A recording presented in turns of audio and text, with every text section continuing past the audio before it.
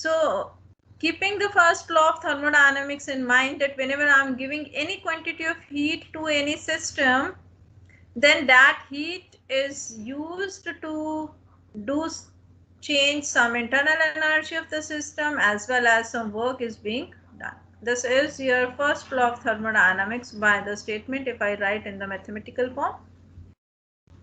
The device which is working, keeping this concept of first law of thermodynamics in mind, is you are using it in your day-to-day life, that is heat engine. In general, we say like you are using the petrol engine, you are using the diesel engine. In trains, earlier we used to have the steam engine, that is where we burn the fuel outside the engine, that is external heat engine. Now in petrol and diesel in vehicles, cars, scooter, when you are using, that is your internal heat engine where fuel is burnt inside the engine. So what is heat engine, that you should be knowing? That is a device which is converting continuously heat energy into the mechanical energy in a cyclic process.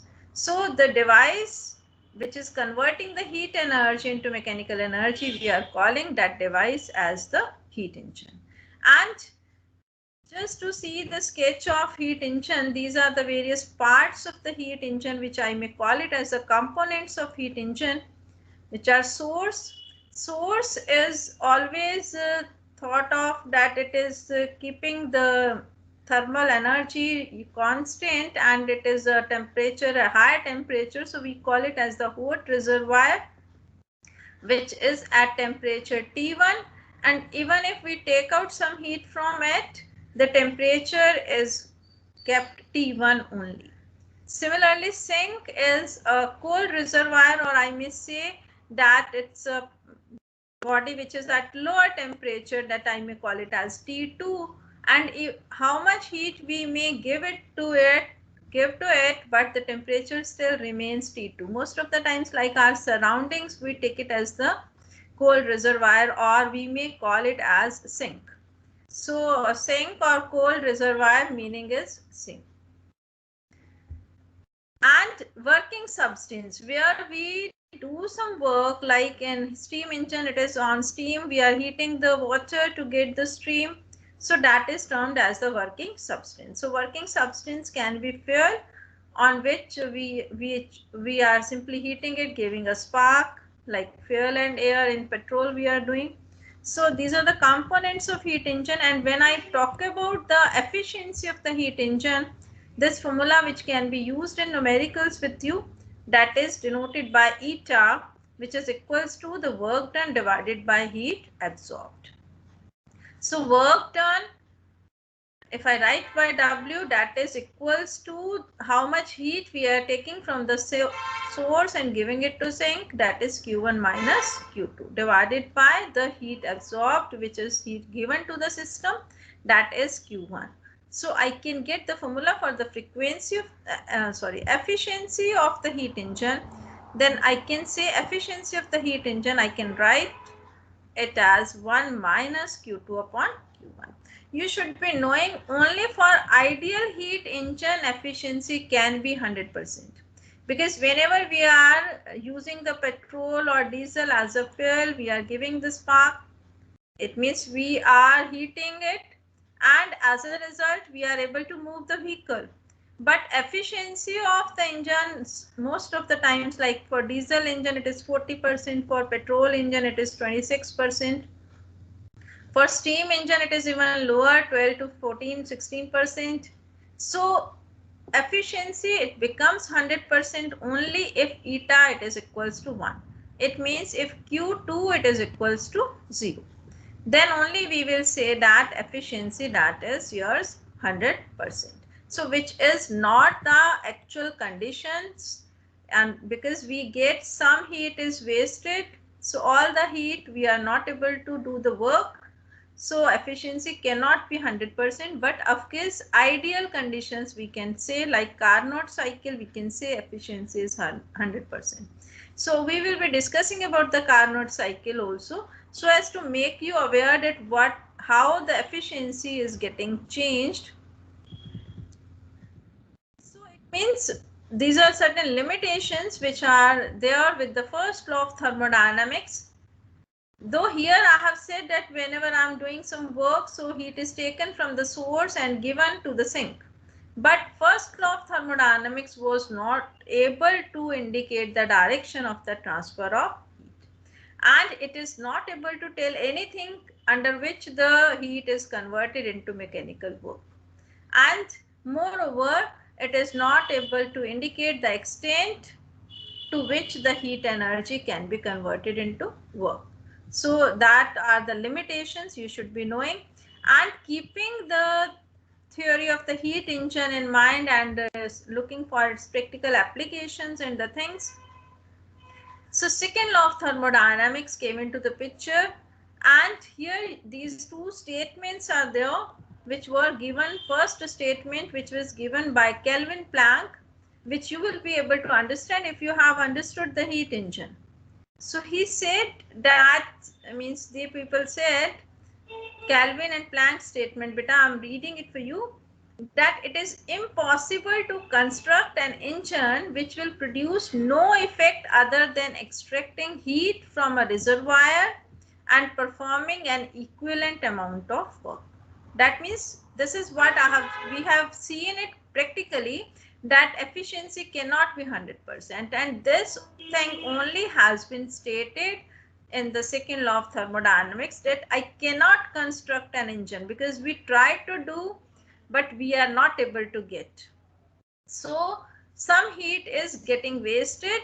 So whatever amount of heat Q1 I am taking, that totally 100% I am not able to convert into the work. This is the first statement which can be understood by the working of heat engines.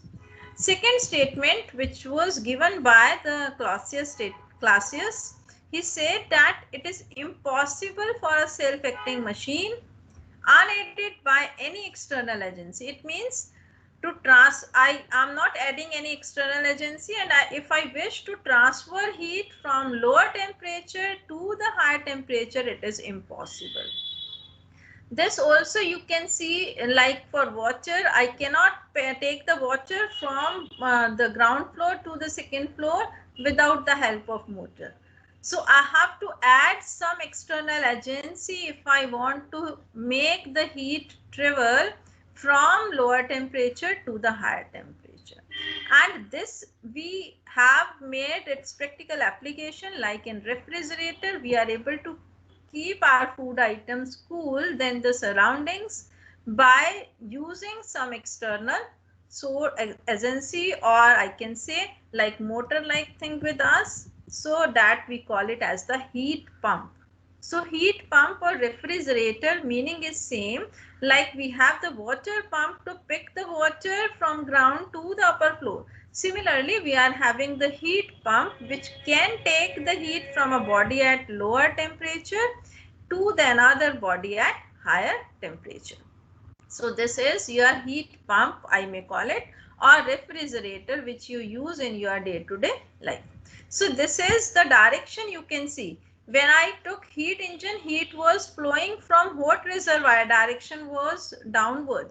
But now what we are doing, we are taking the heat from sink. It means from the cold reservoir or from the surroundings, I may say, and that heat naming I have kept same, so that you can just see the difference between the heat engine and the heat pump, or I may call it as the refrigerator. As I've said, meaning is same, but see the working is different, it is otherwise. So now heat is taken from sink, that if I suppose Q2 amount of heat is taken, and heat pump, on heat pump there is some work is being done, and due to that the heat is released, and you can get the heat Q1 is going to the source, or I can say the hot reservoir. Now this that you may realize, even if you sometimes touch the outer of the fridge, outer covering, it is very hot because the heat is being given to the outside, and that for that reason we ask always not to keep the refrigerator in any closed room. there should be always the circulation of the air should be there, so that heat can be further given to the surroundings and it is not creating any harm to your place. So here in place of efficiency, we are using the term beta, which is termed as the coefficient of performance. That is equals to the ratio of the whatever heat is taken from the sink, it means from the food items, divided by the work done, and work done here will be equals to Q1 minus Q2, which I can prove that Q is directly proportional to the temperature. So I can write even the efficiency also in the terms of the temperature or temperature difference, and this beta also you can write it as T2 divided by T1 minus T2. So you have to keep these formulas with you for the numerical purpose. Carnot cycle, Carnot engine, of course it is not directly mentioned into the syllabus, but if you come across the word, because this is an 100% efficient heat engine with me, in which we take source at temperature T1, again we take an insulating stand and a sink at T2 temperature.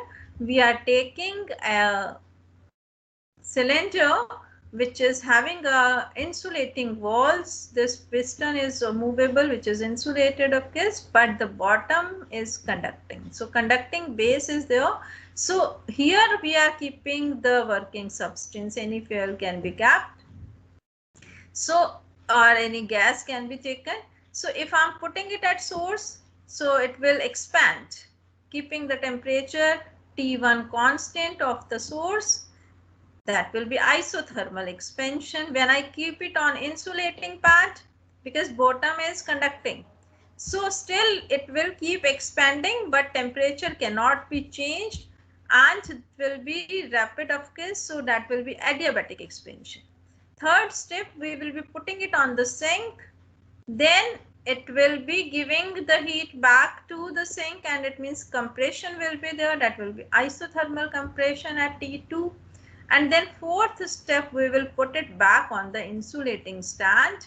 Again, adiabatic compression will go. So these are the 4 steps in construction. There are, of course, these are the 4 parts. And in 4 steps, you can explain the working of the Carnot engine. Carnot engine is an ideal engine, means 100% efficiency. Just to see the relation between the heat and the temperature.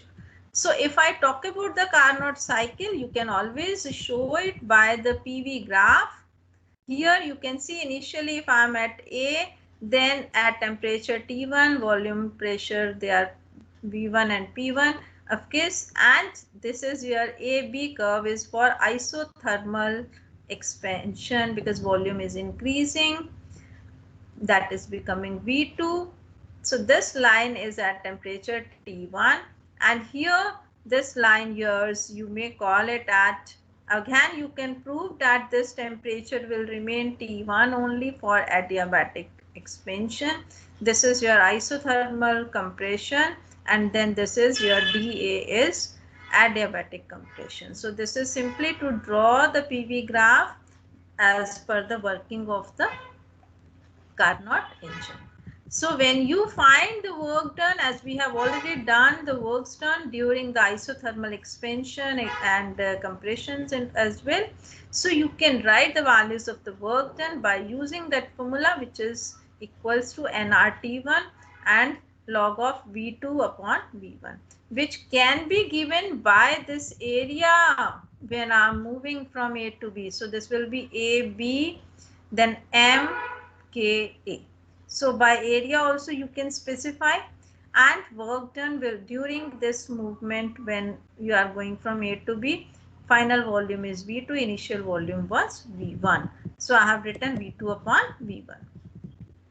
And for adiabatic expansion, temperature, now because cylinder you are putting on the insulating stand, temperature is decreasing by itself, but it is of course a rapid process. So you can write the values for work done, that is given by nR T1 minus T2 divided by gamma minus 1, which is given by area BC and MB. Step third, if you go, you can find the work done W3, which is equals to Q2, which will be given by nRT2 log of V3 upon V4. And when you go with the step 4, that is of course adiabatic compression, then work done W4 can be given by yours nRT1 minus T2 divided by yours gamma minus 1. So by areas also you can give, whenever you have to find the total work done, that is given by W1 plus W2, both are expansions, minus W3 plus W4, because both are yours compressions. So you can find the total work done here, that is by adding the work done for all the 4 steps, and then you can see that your efficiency, this W2 years for the adiabatic compression and adiabatic expansion, the results are same. So W2 and W4 will get cancelled, and total work done, that is given by W1 minus W3. So this is given by the area of the loop, that is your A, B, C, D, A. Whatever the graph is there with you. So when I'm having the PV graph, so I'm moving it like this. So A, B, C, D, and then A. So this way, this area under the graph will give you the total work done. So which is equals to, of course, W1 minus W3, and if you see the values, that is equals to Q1 minus Q2. So work done is Q1 minus Q2, and if you wish, you can write the value for the eta, that is yours eta. If you want to write, then eta is given by yours, that is equals to W upon Q1. So that is equals to Q1 minus Q2 divided by Q1. And this you can write the values of Q1 and Q2 from the isothermal expansion and compression, which is coming out to be 1 minus nR T2 ln V3 upon V4 divided by nR T1 ln log V2 upon V1. And you can prove that V2 upon V1, that is equals to V3 upon V4. So as a result, I will be getting yours eta will be equals to yours 1 minus T2 upon T1. So this formula, whether you write it in the form of Q1 upon Q2 or you write in the form of T1 upon T2. And when I talk about the processes, like this was reversible processes, both are coming back to the initial state. Cyclic processes we have discussed earlier also.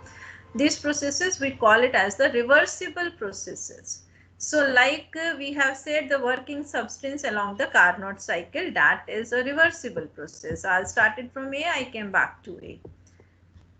So if we are having slow compression or expansion, which means we are maintaining the constant temperature of the ideal gas, that also can be termed as the reversible process. But if we are not able to come back to its reverse, means initial state, then we call that process as the irreversible process. Like rusting of iron is there, sudden expansion and compression, like for adiabatic processes we take dissolution of salt in the water, that these processes we call it as the irreversible processes.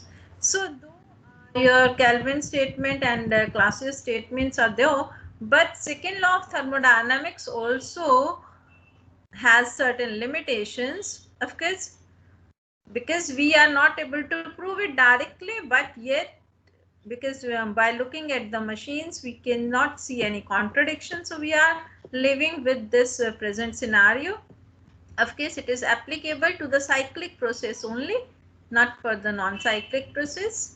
And we cannot predict under what conditions the things are happening simply by reading the statement. So there are certain limitations for the second law which you have to keep in mind. Simple questions which I have taken for you.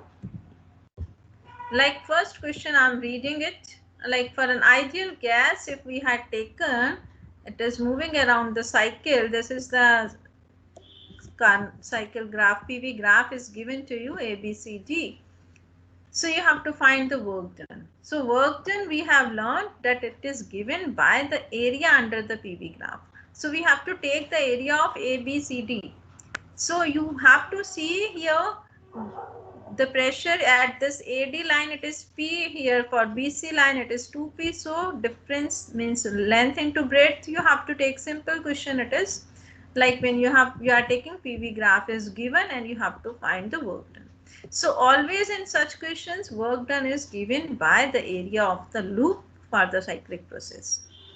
Otherwise, when it is only for line for compression or rarefaction, compression is given or expansion is given, then you have to take the area under that line. So that you should be knowing, because many times you may get the numericals.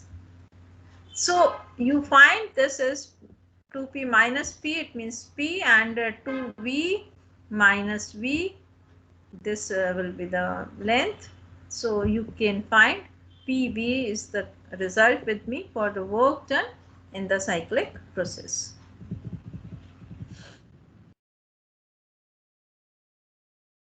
So next question with you. 400 joule of work is done on a gas to reduce its volume by compression adiabatically. I'm doing 400 joule of work is done on a gas. So work done on the gas, work done by the gas is positive, work done on the gas means negative. So work done on the gas I have written with negative sign, because you should be knowing the sign convention. And of course compression hai, from there also you may get the hint that compression hai to negative sign. Question is, what is the change in internal energy of the gas? So you have to find the change in internal energy. You will be using the first law of thermodynamics, that is delta Q is equals to delta U plus delta W. But for adiabatic process, no change in heat is there. So delta Q it is equals to 0. So it means from this equation you can take that delta U is minus of delta W. So minus of delta W means minus of minus 400 joules. So it will be positive sign but 400 joules. That will be the change in the internal energy. So that you can write simple question. So this way you can try more questions. Keep things up to this for today. Thank you everyone.